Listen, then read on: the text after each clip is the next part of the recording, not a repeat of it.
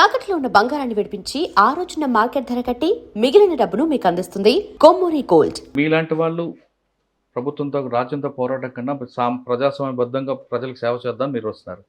కొంతమంది దేవిజీ లాంటి వారు కానీ మరికొంతమంది ఇంకా పార్టీలో ఉండిపోవడానికి ప్రధాన కారణం నమ్ముకున్న సిద్ధాంతాన్ని బయటికి వెళ్తే అందరూ ముఖం చూపించలేక నమ్ముకున్న సిద్ధాంతం కోసం ఉండిపోయారు, అక్కడే అమరులు అవ్వడానికి కొంతమంది ఉంటున్నారు అనేది వాస్తవం.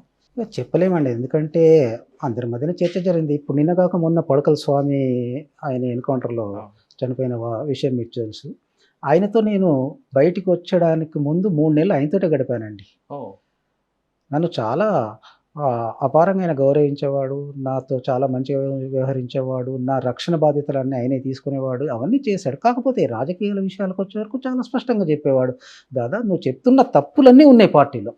నేను ఒక్క తప్పు కూడా వ్యతిరేకించడం లేదు. పడకల స్వామి అన్నారు.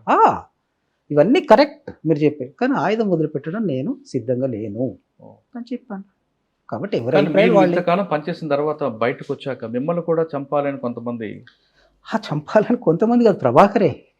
మేము బయటకు వస్తున్నప్పుడు మా ఒక టీం వాళ్ళకి తారసపడ్డది. దాంట్లో నుంచి 6 తీసుకెళ్ళిండు బలవంతంగా. కాబట్టి అది చవన్ అక్కడ చంపుకోవడం పార్టీ సిద్ధాంతం.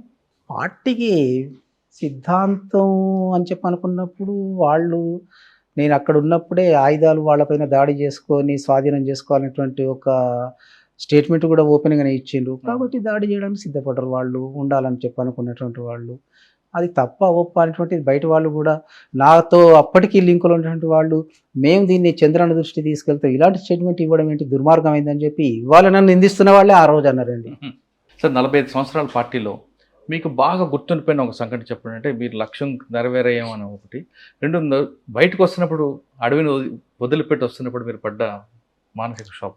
బయటికి వస్తున్నప్పుడు నన్ను ఇంతకాలం ఆదరించి పార్టీని ఆదరించి విప్లవోద్యమంలో భాగమైనటువంటి ప్రజల్ని వదిలిపెట్టి రావడం అనేటువంటిది ఒక బాధగానే ఉన్నప్పటికీ మరో రూపంలో వాళ్ళ దగ్గరికి వెళ్తానటువంటి ధైర్యము విశ్వాసము ఉంది. కాబట్టి మారుతున్న పరిస్థితులకు అనుగుణంగా వాళ్ళ కోసమే పనిచేయాలని చెప్పి అనుకున్నప్పుడు ప్రజల కోసం పనిచేయాల్సిన లక్ష్యంతో వచ్చాం. కాబట్టి స్థితుల్లో మళ్ళీ వాళ్ళ దగ్గరికి మరో రూపంలో మరో రకంగా వాళ్ళ దగ్గరికి వెళ్తాననే విశ్వాసంతో రూపంలో అంటే మరి మీరు ఒక పార్టీ పెడతారా, లేదా మాజీలు అందరూ కలిపి ఒక పార్టీ పెడతారా, లేదా ప్రభుత్వంలో పార్టీలతో కలిసి మీరు ప్రజాసంబద్ధంగా ముందుకెళ్తారు?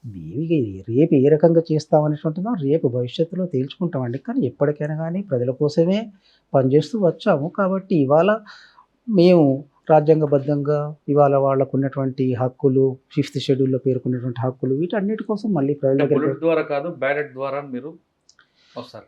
బుల్లెటు బ్యాలెటు అనేటువంటి విషయాలు కాదండి ఇక్కడ. ఎందుకంటే ఆ విషయం కూడా అసలు ఎత్తుగడల పరమైనటువంటి విషయం అండి. బ్యాలెట్లోకి వెళ్తామా వెళ్ళామా అనేటువంటిది.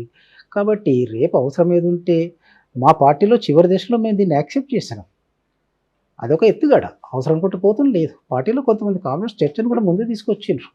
కాబట్టి అది పెద్ద సమస్య కాదండి. కానీ ఏమైనా కానీ ప్రజా అవసరాల కోసం ప్రజా సమస్యల కోసం మనం అనేక రూపాల్లో పోరాడాల్సి ఉంటుంది. అందులో బ్యాలెట్ ఒకటి అవసరమైతే. కాబట్టి అది సమస్య. క్వశ్చన్ అడిగారు, 45 సంవత్సరాల్లో మీకు బాగా నచ్చిన సంఘటన? చాలా సంఘటనలు ఉన్నాయండి. మళ్ళీ మనం కలుసుకున్నప్పుడు అవన్నీ పంచుకుందాం. మల్లోజుల వేణుగోపాల్ గారు ఇంటర్వ్యూ అనగానే చాలామంది రకరకాల ప్రశ్నలు పంపారు. అసలు ఆయనకి ఎంతమంది అభిమానులు ఉన్నారు దాని గురించితో పాటు ఏం క్వశ్చన్లు అడగాలని కూడా వాళ్ళు వాట్సాప్ చేశారు. ఒక్కొక్కటి క్వశ్చన్ సార్ అన్నని అడిగి తెలుసుకుందాం.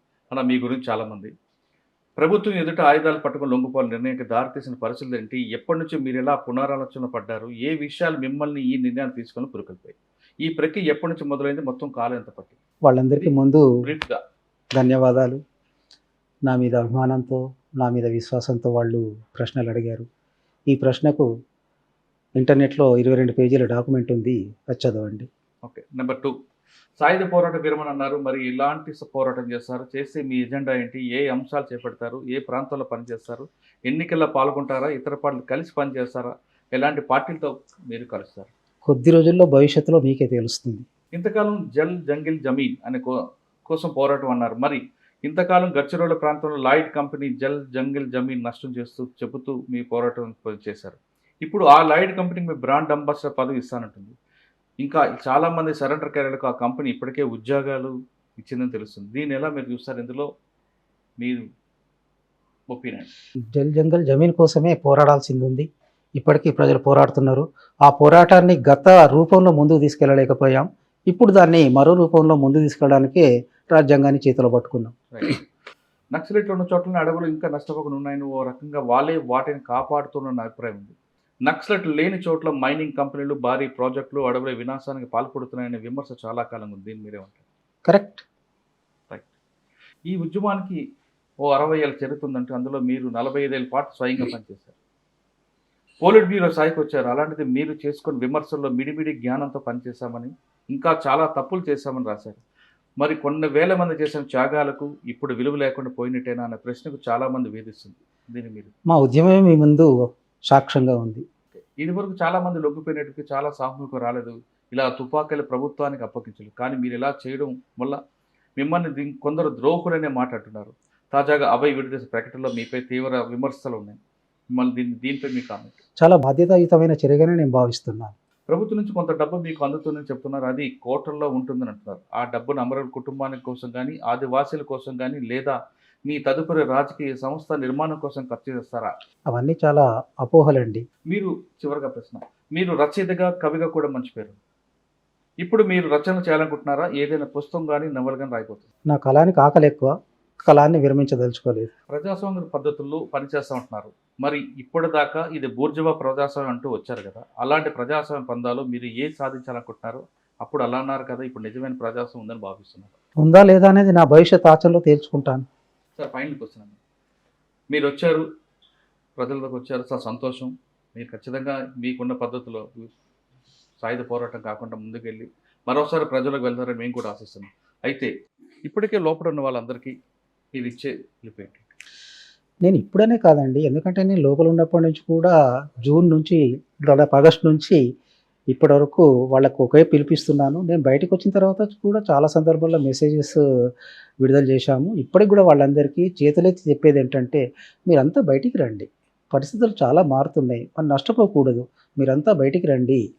ఇవాళ ఉన్నటువంటి పరిస్థితుల్ని మనం సదుపయోగం చేసుకుందాం, సద్వినియోగం చేసుకుందాం, ప్రజల మధ్యకు వెళ్దాం. ప్రజల నుంచి మనం ఐసోలేట్ అయిపోయినాం, మళ్ళీ ప్రజల మధ్యకు వెళ్ళడానికి మనం దీన్ని అవకాశంగా తీసుకొని మనం ప్రజల మధ్యకు వెళ్దామని చెప్పి నేను వాళ్ళకు చేతులెత్తి ఆహ్వానిస్తున్నాను, చేతులెత్తి పిలిపిస్తున్నానండి. ఇప్పటికీ అజ్ఞాతులను అందరూ కూడా ఖచ్చితంగా రండి, బయటకు వచ్చి మన ప్రజాస్వామ్య పద్ధతిలోనే మనం పోరాటం చేద్దాం అంటూ మల్లోజు వేణుగోపాల్ గారు అలియాస్ సోనుదాదా రెండు చేతులతో వ్యక్తి మరీ నమస్కరిస్తున్నారు. ఖచ్చితంగా బుల్లెటే కాదు, బ్యాలెట్ ద్వారా చాలా మార్పులు వస్తుంటాయి. మీరందరూ అజ్ఞాతులను అందరూ కూడా రండి. మీలాంటి వాళ్ళ త్యాగాల కోసం ప్రజలు కూడా వేచి చూస్తున్నారు. ఎంతోమంది మీ వెనుక వచ్చి ఖచ్చితంగా రాజకీయంగా వచ్చి ప్రజల కోసం పోరాటం చేసే మిమ్మల్ని ఆహ్వానించాడు కూడా సామాన్య ప్రజలు సిద్ధంగా ఉన్నారు. కాబట్టి మీరు ఖచ్చితంగా అడవుల్లో ఉండి మీ కుటుంబాలకు అన్యాయం చేయకుండా బయటకు రండి, ప్రజాస్వామ్యబద్ధంగా పోరాటం చేయండి, ప్రజల్లో మార్పు తీసుకురండి, కుల వ్యవస్థను పూర్తిగా నిర్మూలన వరకు మీరు కృషి చేస్తారని కోరుకుంటున్నాం. ఇది మల్లోజు వేణుగోపాల్ గారితో ఎక్స్చేంజ్ ఇంటర్వ్యూ. వచ్చే వారం మరొక ఇష్టం మళ్ళీ కలుద్దాం. అంతవరకు నమస్తే. థ్యాంక్ యూ వెరీ మచ్ అన్న.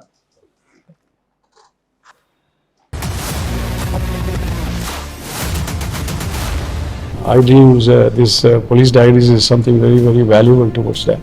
I must really appreciate Murali, your insights. I dreams founder and CEO చిన్న వాసుదేవ్ రెడ్డి గారితో